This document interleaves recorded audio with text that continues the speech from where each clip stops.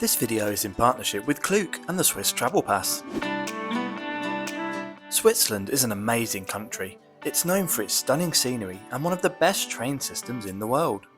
Unfortunately, it's also known for being very expensive, but it doesn't have to be. The individual prices of all the trains, buses, boats, funiculars and cable cars I ride today totals around €350. However, they are all included on the excellent value Swiss Travel Pass, which starts from under €50 per day.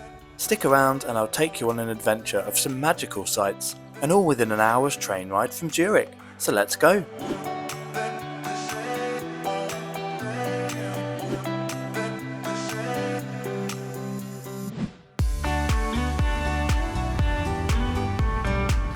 Welcome to Zurich. Switzerland's largest city stands on the banks of Lake Zurich. I arrived a couple of days ago on the direct 4-hour train from Paris, and I've really been looking forward to this day.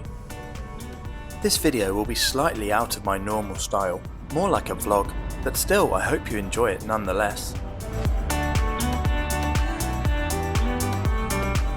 Here's a visual look at today's plan. First, we'll take an intercity service from Zurich Hauptbahnhof to Arth-Goldau, where we'll connect to the Rigibahn rack railways and cable car up to 1800 metres, before heading down the other side of the mountain to take a boat across Lake Lucerne.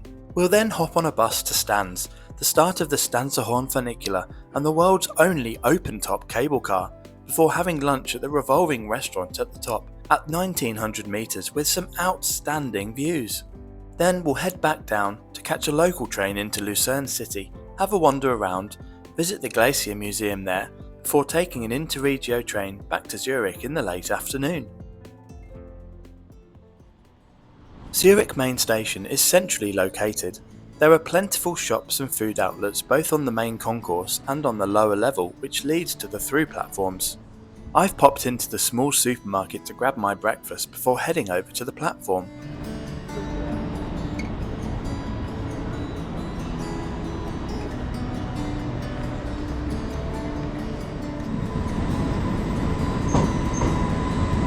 Here's the train that will take us to stop 1 today, an IC2 service to Lugano, which will take as far as Arth-Goldau.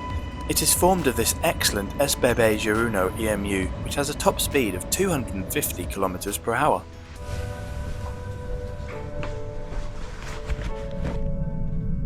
We depart Zurich on time at 7:05 AM. This was never in doubt, was it? We have some short connections today, but I have confidence in Swiss efficiency. I will flash up all the individual prices of all modes of transport that I used today. The prices shown are the full fares with no discount cards applied.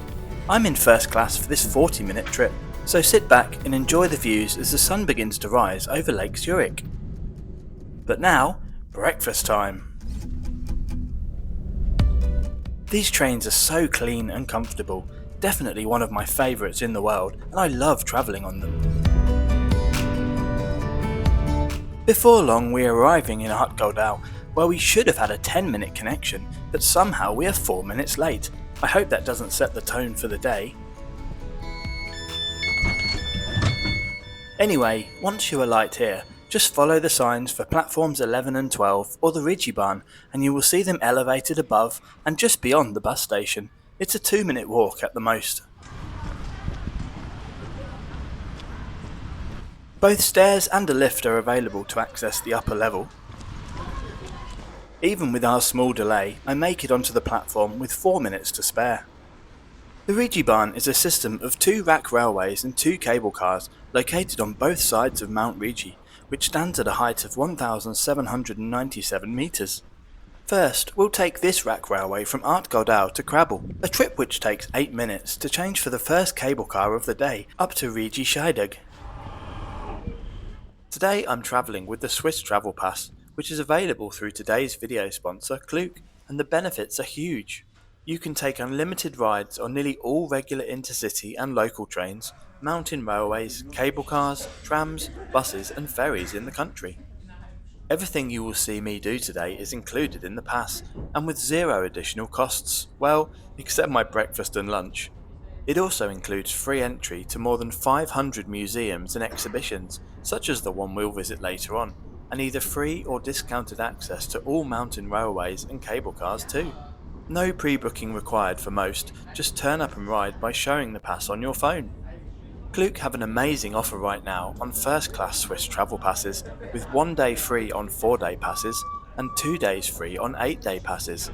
Book before the 30th of November 2025 and travel until the 31st of March 2026. Klook are offering my viewers a special deal. New users get 10% off and existing users get 3% off. Use code NONSTOP. Just click the link above now or in the description below. After alighting at CabriO, you just need to cross the tracks to the left and the lower station of the cable car is there. In low season, this only runs every half an hour in each direction with a maximum capacity of 15 passengers at once. Hello. I'm the last aboard and joined 5 others and a dog, and 1 minute later we're off. The ride takes just 6 minutes end to end. I find there is something mysterious about ascending into the clouds, although obviously I would love to be able to see more of the beautiful landscapes. Unfortunately, the weather is pretty dismal this morning, but it does brighten up quite a bit later on. You won't want to miss the views from the top of this afternoon's cable car trip. Once you alight, you just need to show your ticket, or you can buy one here. I didn't need a separate one, she just scanned the QR code on my Swiss travel pass. Hello. Hello. Hello. At the top, there is a small cafe and the start point for many hikes across the Rigi Massif.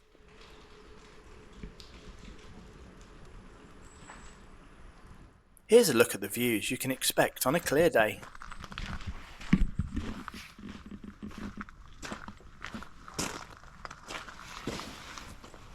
All the hikes are clearly signposted with estimated timings too.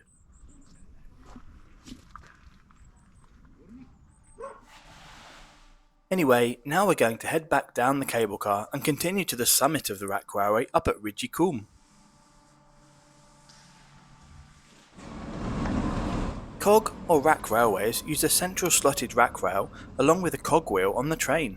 This system is used on this and many other mountain railways because the gradients are far too steep for normal adhesion alone to work on either the climb or the descent. After about a 15-minute wait, the next service up the mountain arrives and I board for the 31-minute journey.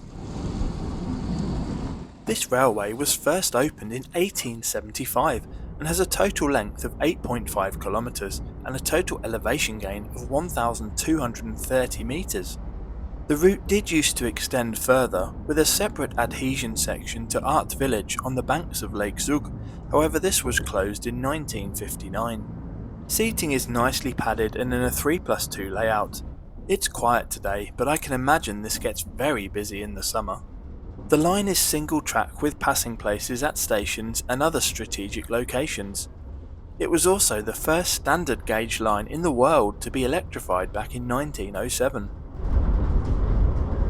Before long we have arrived at Rigibahn at a height of 1,797 metres, the highest point on the rack railways which both terminate here. Again, here is the view you can expect on a clear day which includes Germany, France and 13 Swiss lakes. Up here there are many more signposted hiking start points, a lovely little souvenir shop, and finally a nice restaurant and coffee shop. It's definitely cappuccino time for me.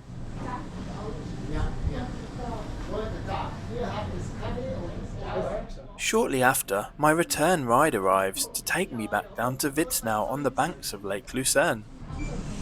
Coffee in hand, let's go and check it out. This line is another rack railway which opened 4 years before the first one we took in 1871.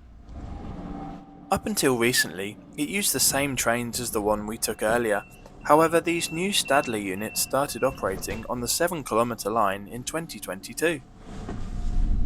They are a big upgrade with regenerative braking, modern accessibility features and air conditioning. The first stop on both lines is at Rigibahn, and then they split up to go their own ways. At Rigibahn, you can connect to the other cable car in this system, which takes a more direct route down to Getz. Before long, the majestic views of Lake Lucerne come into view. Finally, the cloud is starting to lift too, so we can begin to really appreciate the true beauty of Switzerland. We arrive in Getz now after a 30-minute trip back down the mountain. There is a souvenir shop, cafe and toilets located within the base station building, and the main depot is also here. A few strides ahead is the Getz ferry terminal, with departures to all across Lake Lucerne. This first impressive boat that's arriving is destined for Lucerne itself. Ours will be the second departure, so I'll take a seat in the waiting area and catch up on my social media. After a 20-minute wait, our ferry is now on the approach. It's a much smaller vessel, but we'll only be riding it for a short time. Boarding is quick and easy. My ticket was never checked at all on this ride. Most of the boats have both first and second class sections and also catering on board. Everything from small snacks and hot drinks to full meals and champagne.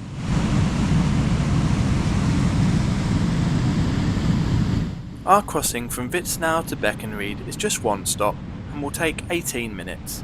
I even see some blue sky up there now. On approach, we can see another cable car line disappearing into the low clouds. Fun fact, Switzerland has over 350 cable car systems, the most in the world per capita. Honestly, I wish I had time to ride this boat all day, as I'd happily go up and down the lake enjoying the onboard food and drinks and the amazing views. There is no train station in Beckenried, however the bus stop is right outside the dock, serving the 310 and 311 routes along the south shore of the lake. These run approximately every 15 to 20 minutes throughout the day. The buses are modern and fully accessible. I only had to wait around 6 or 7 minutes for mine to show up, and we were off on this 22-minute trip to Stans.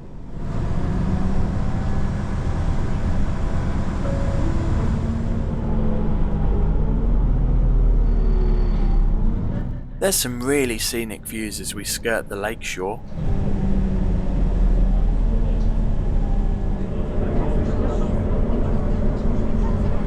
The bus starts to really fill up as we get nearer to the town, passing by some nice churches and the local airport and flight training school.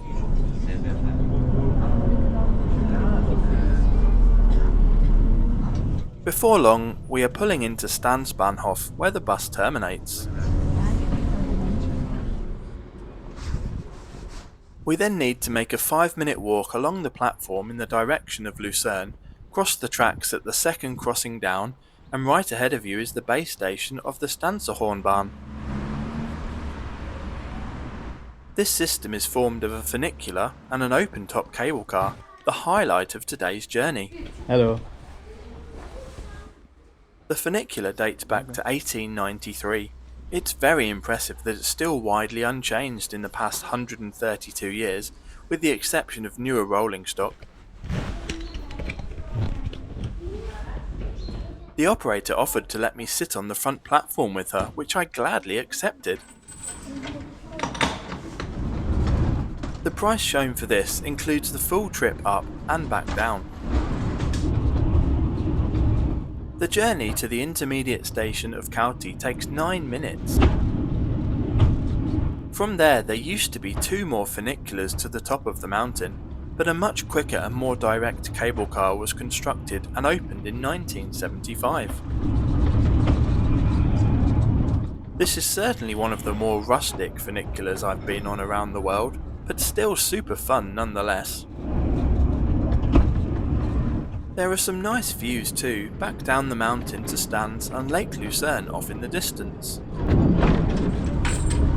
At the transfer, it's a 10-second walk to the CabriO, the world's only double-decker open-top cable car. This was upgraded in 2011 from the original 35-year-old system and reopened in 2012 as the #1 attraction in this part of Switzerland, and I've certainly never experienced anything like this before. A spiral staircase leads up to the full open-top deck with a maximum capacity of 30 people. The cable car holds 60 people in total.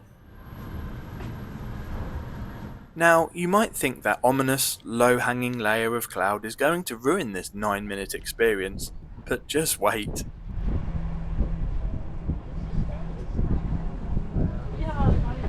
As we ascend, we are soon engulfed by the cloud for around 2 minutes, but when we break through, we are treated to a spectacular blue sky above, with all the surrounding mountains poking their peaks through, and it gets even better at the top.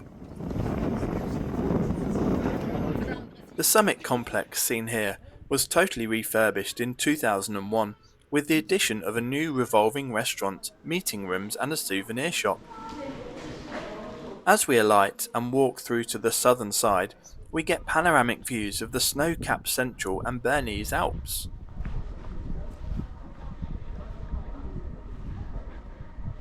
The Infinity observation deck, seen here, was added in 2003 for an even more breathtaking experience. Okay, it's definitely time for lunch, so let's head inside and grab some food, shall we? On the right as you walk in are free-to-use toilets, and on the left is the well-stocked souvenir shop. The restaurant is mainly self-service buffet style, with a wide selection of drinks, both hot, cold and alcoholic. It's a cider for me today. Then there is the sandwich and salad choices, and finally a hot food counter, where you order with the staff and then pay at the till down the end. Now through to the restaurant area. The central platform revolves, albeit very slowly, but the tables around the outside offer the best views. To go with my cider, I chose the Stanserhorn pasta. The total price was 25 Swiss francs. Not cheap, but all absolutely delicious. Again, there are many hikes with timings signposted from up here. The most common is a 30-minute loop to the summit of the mountain at 1,898 meters in elevation. This is certainly one of my most memorable mountainous experiences in Europe, and in my top 5 in the world. Okay, let's head back down.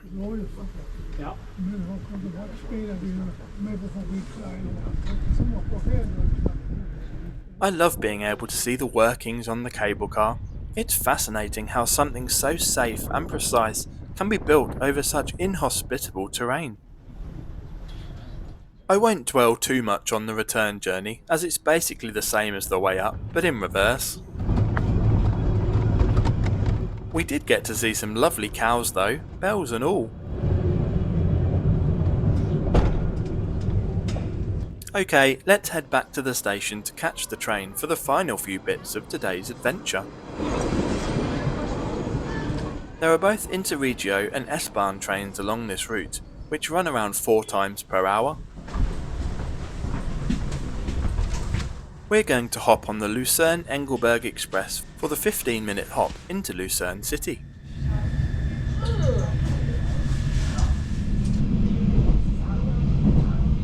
I know I sound like a broken record today, but again, this is a lovely scenic trip which skirts the banks of the lake.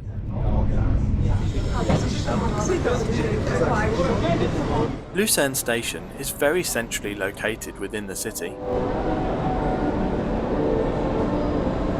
Right outside you'll find countless connections to the city's bus and trolleybus network, as well as the dock for the lake ferries such as the one we went on earlier.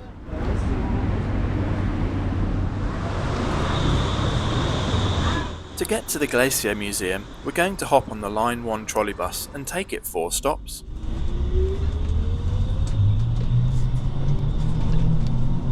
You can also walk if you prefer, it will take around 20 minutes.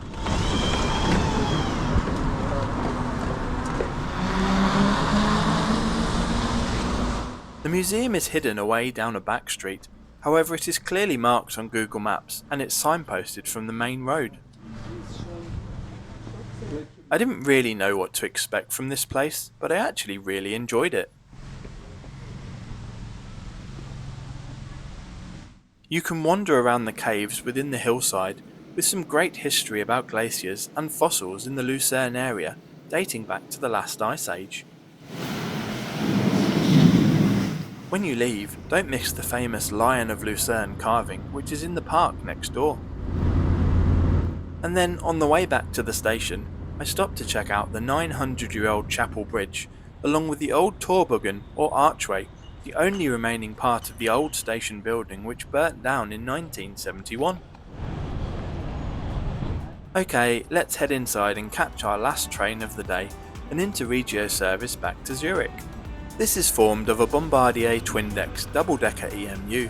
These don't have the best reputation in Switzerland due to their bad ride quality and seat comfort.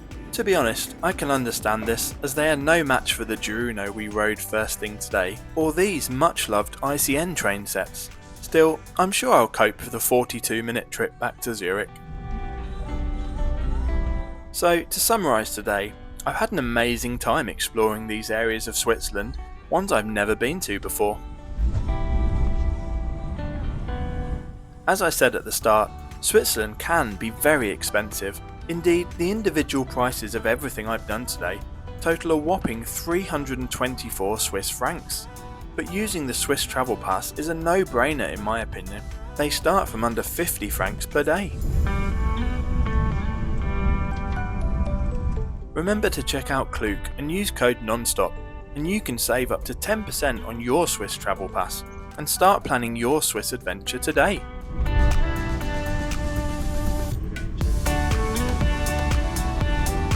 Have you explored Switzerland by train before? If so, where did you go and how did you find it? Let me know in the comments below. I'm always open to new video ideas, so if you have something you'd like to see on the channel, then drop me a DM on Instagram, Blue Sky or Twitter. Don't forget to subscribe. Thanks for watching to the end, and I'll see you in the next video.